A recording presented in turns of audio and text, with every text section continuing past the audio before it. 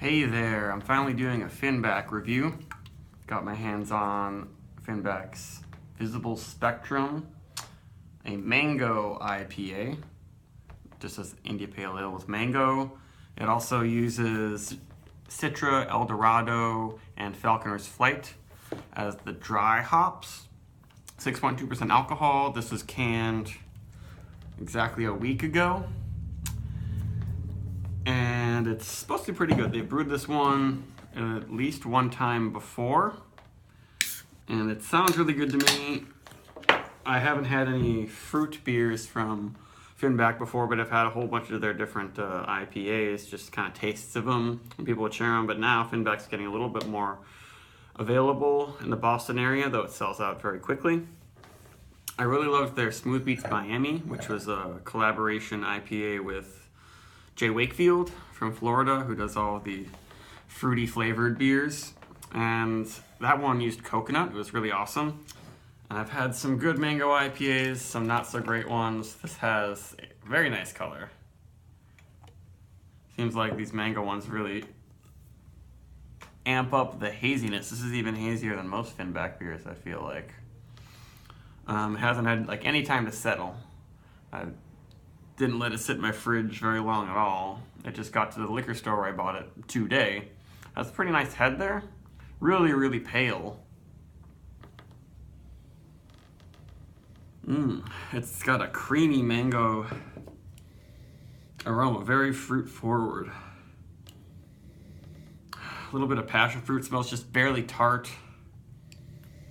I'm not sure if they let the mango ferment at all in the beer. I have a feeling that they did. It doesn't smell super sugary sweet, like they just added mango at the end after fermentation, where it would just be basically fruit sugars blended into a finished beer. But I'm not sure. There wasn't much info on this beer online. It isn't a gigantic aroma, but it's very, very creamy, mango-y. Some vanilla. Very light citrus. The Eldorado's not getting too in my face with limey, woody notes or anything like that. Yeah, it smells very soft. Not very green or piney.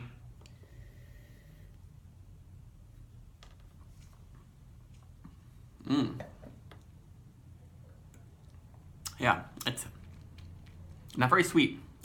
Definitely, they must have fermented some of the mango in here because that's nice and dry, refreshing.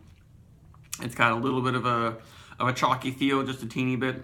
It fades pretty quickly. I'm not noticing any burn after the first sip. And there's a little bit of a stone, like, I guess you say mango stone, mango pit type bitterness with the hop bitterness, but it's not too much after the first sip. Pretty full feel. Yeah, it's like unripe mango, unripe pineapple. I've never had unripe passion fruit, but it probably tastes like that. Very, very fruity, but yeah, not very sweet.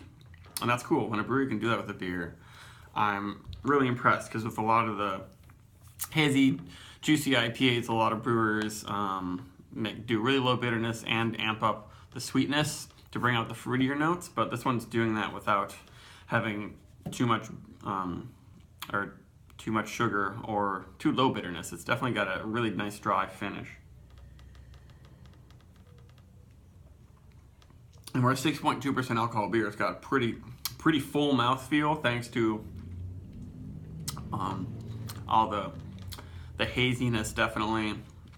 And now I'm getting a teeny bit of a burn in the back.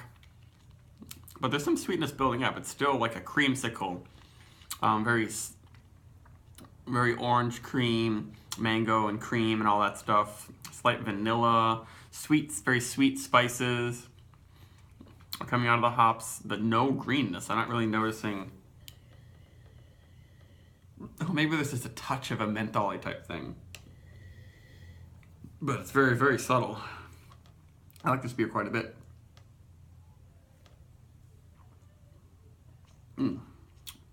Really refreshing. There is a little bit of a burn in there. It might be a little bit more than the normal thing for Finback. but the yeast is pretty clean. It's not too stone fruity and biscuity.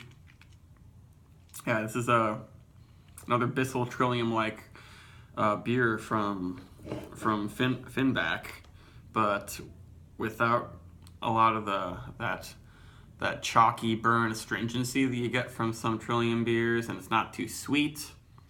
This is really good. I'd give this like a 90, maybe even.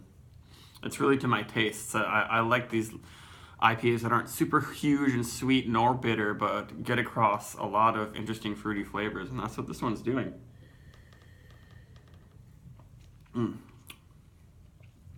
Yeah, I'm noticing more sweetness now, definitely.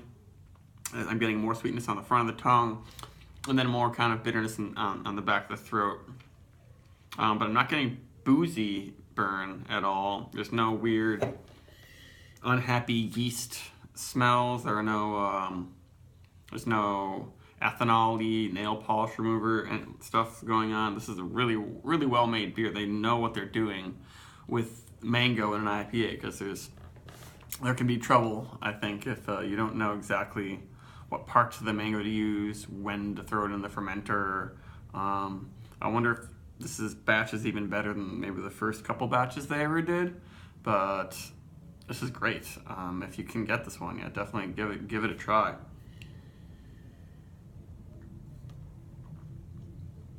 And we still got a little bit of head hanging out there, but yeah, it's got that burn in there, a little bit in the back of the throat, but nothing like Trillium's